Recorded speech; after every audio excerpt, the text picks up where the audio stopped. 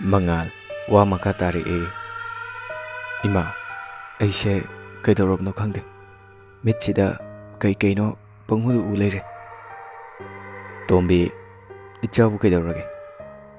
Mangal man ukhiba thokiba sing amata jithadana mamata tammi. Tombi shu wari pumba tare. Adubu kayadi khanjalude. Machada kaisu tawrida nangna khara kiganbaduda tawri oine. Mangal masadi gyal taajade.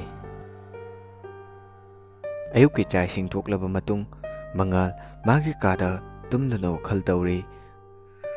Abung Mangalgi manakta laktuna. Bhai, kaidawrino? Mangal sum leirambane. Ado nang ngarang kay tawge yum yoraga. Abung kaino kayabo kaisu tawde yobuga dum setharedana. Mangal wa ngangde. Abung kaidawrage tumi leiduna. Mangal ha kayaba. Abung kaisu nate kanagi wakhaldabu mangino.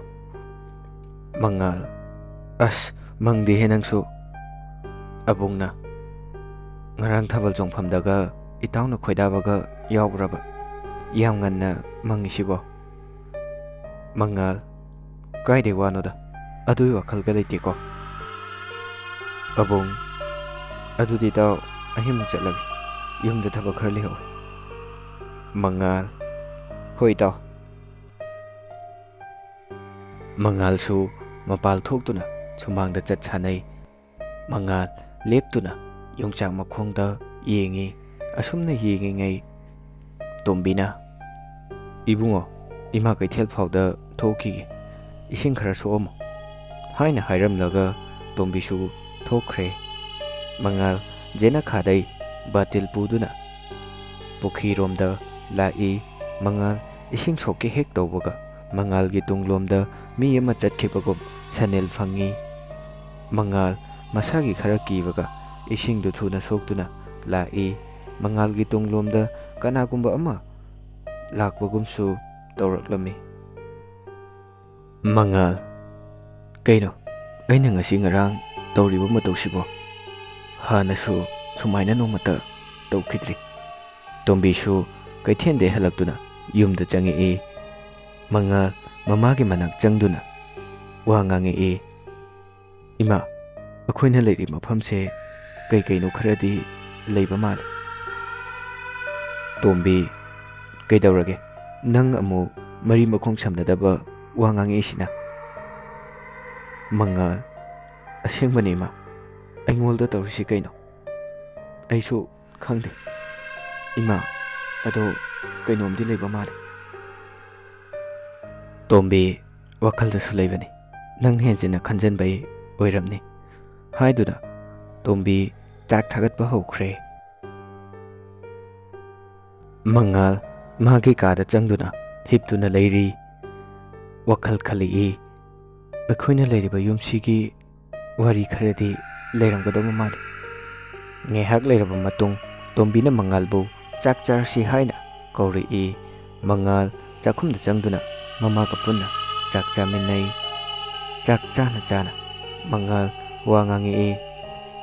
Ima akhoina leiriba yumse kainom tawida. Tombi ibungo chaktu chumna chaw. Mangal ima ai kibai haijanbadi nate kainomdi tawi yumse hongakpade kaisubudi tawramdabani. Ngasi ngarangse hairaga Tombi wa ngangi. Tombisu yumse leiraga leirakpa oibana chingnaba hawri. Mangalna makha tana ima yumse bara salambe haibagum tawdaine. Tombi haibane. Mangalsu magi kada changaktuna phamduna leiri. Mangal hoina leiriba yumse Mangal hoina sajaba natte ingkholga yumga punna leiduna leibani. Mangal mikuk amata pothaba yaramde masado wakhal amta thoamde. Mangal ikhang khanghauduna moina leiriba yum adugi akoibadu koina chatuna yengning ba phawrai. Mangal ꯄꯨꯛ ꯍꯧꯒꯠꯇꯨꯅ ꯃꯊꯛꯀꯤ ꯀꯥꯁꯤꯡꯗꯣ ꯆꯪꯗꯨꯅ ꯌꯦꯡꯕ ꯍꯧꯔꯛꯏ꯫ ꯑꯁꯨꯝ ꯌꯦꯡꯂꯤꯉꯩ ꯃꯌꯥꯏꯁꯨꯕ ꯀꯥ ꯑꯗꯨ ꯍꯦꯛ ꯌꯧꯕꯒ ꯅꯨꯄꯤ ꯃꯆꯥ ꯑꯃꯅ ꯅꯣꯛꯄꯒꯤ ꯈꯣꯟꯖꯦꯜ ꯅꯨꯡꯁꯤꯕ ꯑꯃ ꯇꯥꯔꯛꯂꯤ꯫ ꯉꯥꯏꯍꯥꯛ ꯂꯩꯔꯒ ꯍꯦꯛꯅ ꯀꯞꯄꯒꯤ ꯈꯣꯟꯖꯦꯜ ꯑꯃꯨꯛ ꯇꯥꯔꯛꯏ꯫ ꯃꯉꯥꯜ ꯃꯁꯥ ꯀꯩꯅꯣ ꯍꯥꯏꯕ ꯈꯪꯅꯤꯡꯕ ꯐꯥꯎꯔꯛꯈꯤ꯫